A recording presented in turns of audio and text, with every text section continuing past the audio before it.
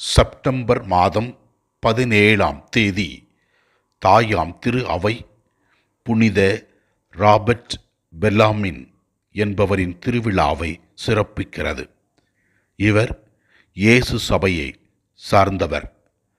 மறைக்கல்விக்கு தனது பணியை அதிகமாக செய்ததினால் இவர் மறைக்கல்வியாளர்களுக்கு பாதுகாவலராக இருக்கின்றார்.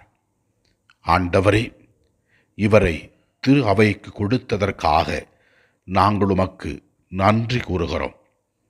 இவரை பின்பற்றி நாங்களும் உம்முடைய சொல்லை கேட்டு உமக்கு ஏற்றவர்களாக வாழக்கூடிய அருளை தரும்படியாக ஜெபிக்கிறோம்.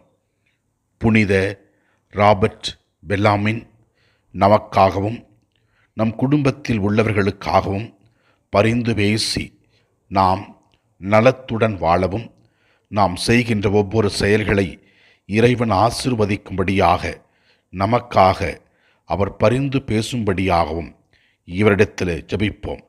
அவருடைய வல்லமையான பரிந்துரை வழியாக நாம் அனைவரும் ஆசீர்வதிக்கப்படுவோம்.